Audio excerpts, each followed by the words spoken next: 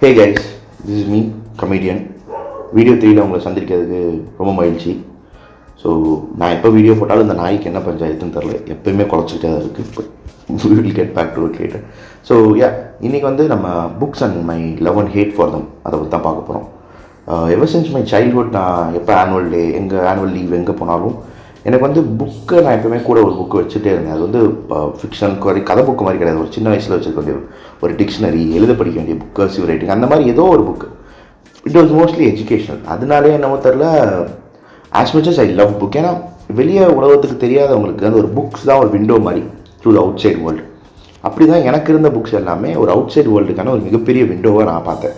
ஒரு சின்ன காமிக் புக்காக இருக்கட்டும், ஒரு சின்ன கதை புக்காக இருக்கட்டும், எல்லாமே வந்து ஒரு இமேஜினேஷனை தள்ளி, அந்த இமேஜினேஷனை ஒரு புஸ்தகமாக ஒரு பதிப்பிட்டு இருக்கும்போது வெளி உலகத்தை பார்க்க முடியாத ஒரு நபருக்கு அந்த இமேஜினேஷனே ஒரு உலகமாக மாறுது. ஸோ அதுதான் அந்த புக்கோடைய ஒரு மிகப்பெரிய பலமே. Because it builds you so much world building, just so much potential நிறையா இருக்குது.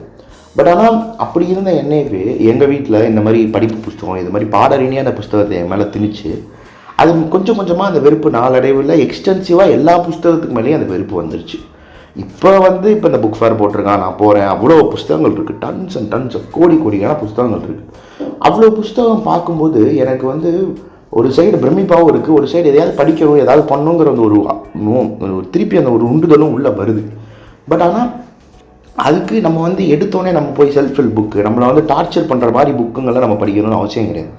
எல்லாருக்கும் ஒரு புக்கு இந்த உலகத்தில் எழுதியிருக்காங்க பேருக்கு. அந்த புக்கு என்ன அப்படிங்கிறத செலக்ட் பண்ணி நம்ம அது தேடி நம்மளை வரும், இல்லை நம்ம அதை தேடி போகணும். அந்த ஒரு புக்கு எல்லாரும் அவங்க லைஃப்பில் அவங்களுக்கு பிடிச்ச மாதிரி ஒரு புக்கு இருந்தாலே போதும். ஏன்னா நிறைய இடங்களில் ஆசிரியர்லேருந்து, ஸ்கூல் டீச்சர்ஸ்லேருந்து அந்த புக்கை வந்து ஒரு நாலேஜ் ஆஃப் ஒரு ட்ரெஷர் ட்ரோ ஆஃப் இன்ஃபர்மேஷன், ஒரு எக்ஸ்பீரியன்ஸ், அப்படி அதை வந்து ஒரு போர்ட்ரே பண்ணுறதே இல்லை. ஒரு புக்கை வந்து எல்லோரும் வந்து ஒரு கடமை, படிக்கணும், அதை படிக்கணும், முடிக்கணும், அதை படித்து எழுதணும், மார்க் வாங்கணும், இவ்வளோதான். அதுக்குள்ளே என்ன இருக்குன்னு தெரிஞ்சுக்கிட்டோம்னா கிடையவே கிடையாது. யாருமே தெரிஞ்சுக்கிறது கிடையாது அதிகபட்சம். ஸோ அப்படி இருக்கிற இதில் இப்போ இருக்கிற காலகட்டங்களில் நம்மக்கிட்ட அட்டென்ஷன் ஸ்பேனும் கிடையாது. நம்ம வந்து எல்லோரும் ஒரு பக்கம் எல்லாத்துக்கும் ஓடிக்கிட்டு இருக்கோம். இன்ஸ்டாகிராம் ஃபீடு அது இதுன்னு நம்மளோட அட்டென்ஷன் ஸ்பேனே குறைச்சி வச்சுருக்கான். 30 செகண்ட் தான் உனக்கு அட்டென்ஷனுங்கிற லெவலுக்கு நம்மளை குறைச்சி வச்சுருக்கான் அட்டென்ஷன் ஸ்பேன். நம்மளால் லாங் ஃபார்ம் வீடியோஸ் கூட போட முடியாது. ஏன் நானே கஷ்டப்பட்டு அதனால தான் 5 நிமிஷத்துக்குள்ளே போடணும், 6 நிமிஷத்துக்குள்ளே போடணும்னு யோசிச்சுட்டு இருக்கேன். ஏன்னா அதுக்கு மேலே போட்டால் யாரும் பார்க்கவும் மாட்டாங்க. இப்போ யார் பார்க்குறாங்களா இல்லையான்னு தெரியாது.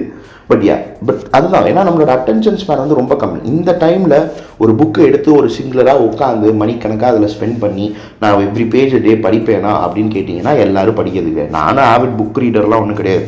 எனக்கு பிடிச்சது இந்த மாதிரி ஃபுட் புக்ஸு, காமிக்ஸு, ஆர்ட் ரிலேட்டடாக இருக்குது, டிசைன், அந்த மாதிரி ரிலேட்டடாக இருக்கிற புக்ஸ் எல்லாம் நான் தாராளமாக படிப்பேன். இந்த செல்ஃப் ஹெல்ப் புக்ஸ் அதெல்லாம் நான் அவ்வளோவா படித்ததில்லை. படிச்சிருக்கேன், இருக்குது, ஆனால் அவ்வளோவா படித்தது கிடையாது. ஆனால் இதில் என்னன்னா, இவ்வளோ புக்ஸு படிக்கிறதுக்கும் படிக்காததுக்கும் பெரிய டிஃப்ரென்ஸும் இருக்குது அப்படின்னு கேட்டிங்கன்னா எனக்கு வந்து இருக்குது. எப்படி, எந்த விதத்தில் இருக்குன்னா, படிக்கிறவங்க எப்போயுமே வந்து நம்ம அந்த டைம்லலாம் புக்கை படிச்சுக்கிட்டே இருக்கோம்னா நம்ம ஒரு புக்கு தூக்கிக்கிட்டே சுற்றலாம் அப்படின்னு நம்ம எவ்வளோ கலாச்சிருக்கோம், பயங்கர படிப்பு அப்படி இப்படின்னு. ஆனால் இப்போ வந்து அது வந்து ஒரு சைன் ஆஃப் ரெஸ்பெக்ட் மாதிரி. புக்கு படிக்கிறீங்களா, அவ்வளோ புக்காக அப்போலேருந்தே ரெஸ்பெக்ட் பண்ணிகிட்டு இருந்தாங்க. பட் மெச்சூர் பீப்புள் ரெஸ்பெக்ட் பண்ணாங்க.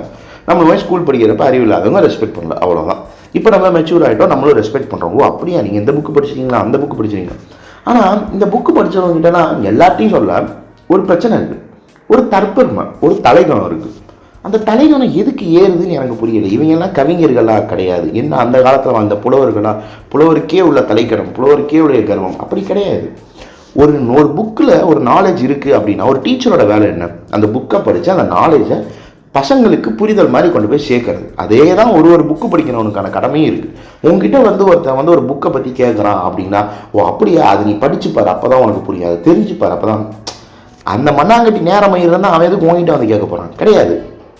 அவனுக்கு உனக்கு புரிஞ்சதை ஒரு 4 பாயிண்ட் அவனை சொன்னேன்னா அதில் அவன் இன்ஸ்பயர் ஆகி அந்த புக்கை படிக்கிறதுக்கான நிறைய சான்சஸ் நிறையா இருக்குது. அதை விட்டுட்டு அவன் வரும்போதே நீ படிச்சியா, செஞ்சியா, இப்படி பண்ணு, அந்த புக்கு படிக்கணும், இந்த புக்கு படித்தாதான் பெருசு, இந்த புக்கு படிக்கலன்னா சிறுசு, இப்படி தான் எல்லாத்துலேயும் ஏற்றத்தாழ்வு இருக்கிற மாதிரி இந்த புக்கு படிக்காதவங்களுக்குள்ளேயே ஏற்றத்தாழ்வு இருக்குது. அது ஒரு புக்கு தானே. இப்போ ஒரு படம் பார்க்குறோன்னா, நான் இப்போ என்ன வந்து பாலையா படம் பார்க்க மாட்டேன்னா எனக்கு அறிவே இல்லைன்னு அர்த்தமா? அப்படி கிடையாது. இருக்கிறவன் பிடிச்சவன் பார்க்க போகிறான், பிடிக்காதவன் பார்க்க மாட்டான், அம்பிட்டு தான். ஒருத்தவனுக்கு பிடிக்கிற மாதிரி இன்ட்ரெஸ்ட் வரணுமா, அது இன்ட்ரெஸ்ட் தூண்டுறதுக்கான வேலையை நம்ம பார்க்கணும். அதை யாரும் இங்கே பண்ணுறதே கிடையாது. எல்லாரும் வந்து நான் புக்கு படிக்கிறேன், ஏன்னா நான் எல்லாரையும் சொல்ல, எனக்கே நிறைய பேர் இருக்காங்க, நிறைய பேர் புக்கு படிக்கிறவங்க ஃப்ரெண்ட்ஸ் நிறைய பேர் தெரியும், அவங்களையும் நான் எல்லாரையும் சொல்லுவேன். ஆனால் சில குறிப்பிட்ட நபர்கள் இருக்காங்க, அந்த புக்கு படிக்கிறதே வந்து ஒரு தலைகணம் தருவம் அப்படின்னு நினச்சிட்டு சுற்றும் போது அதை அந்த புக்கு படித்ததுக்கான வாய்ப்பே ஒரு புரிதலே இல்லையே. இப்போ நான் ஒரு புக்கை படிச்சுட்டு உங்களுக்கு வந்து நான் ஒரு புக் ரிவ்யூ போடுறேன்னா எதுக்கு நான் அந்த ரிவ்யூ போடணும்? ஏன் மற்றவங்க அந்த நாலேஜ் தெரிஞ்சுக்கணும்? ஞான் பெற்ற இன்பம் வையவும் பிறங்கிற கான்செப்ட் தான்.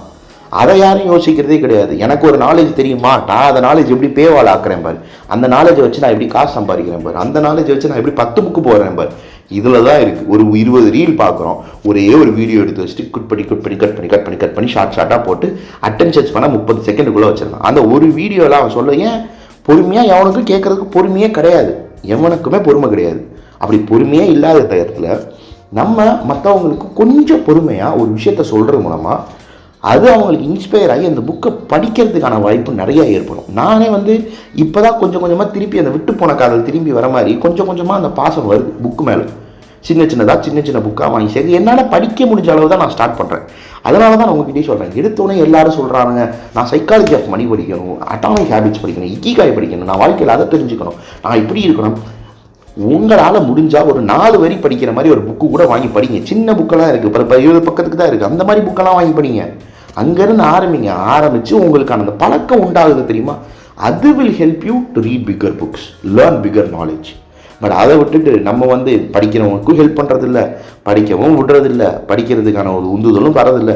ஏன்னா நான் வந்து ஸ்கூல் படிக்கிறப்பெல்லாம் எனக்கு நிறைய ப்ரைஸ் வாங்குவேன் ஃபஸ்ட் ப்ரைஸ் இந்த குவிஸ் இதெல்லாம். ஏன்னா எனக்கு பாட புஸ்தகம் அவ்வளோவா தெரியாது. இந்த ஜென்ரல் நாலேஜ் ரீதியான புக்கெல்லாம் எனக்கு ரொம்ப நல்லாவே வரும்.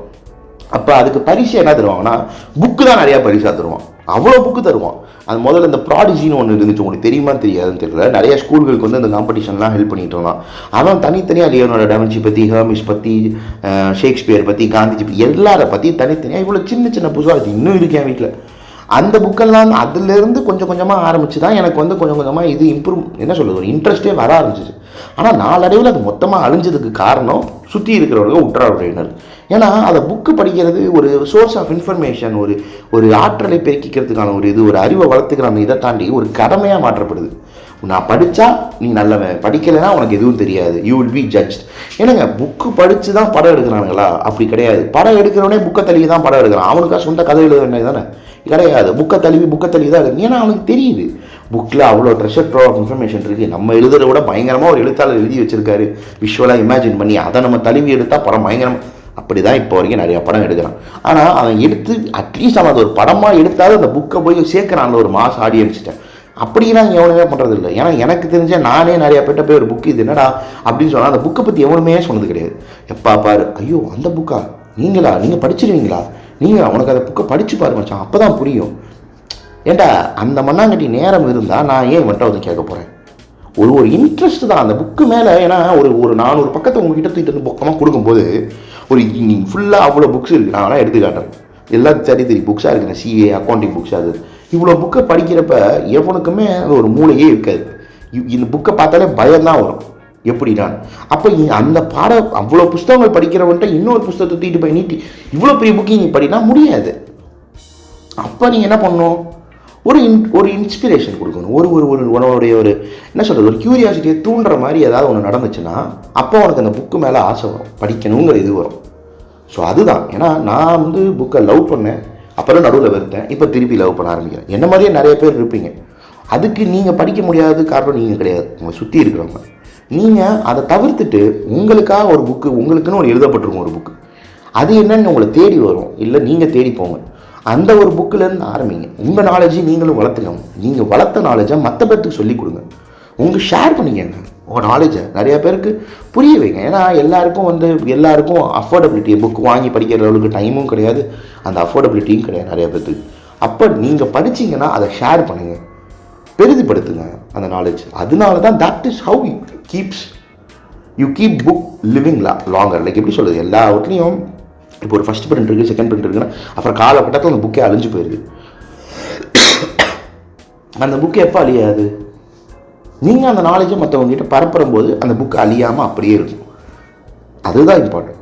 So share more, learn more, educate more and save more books.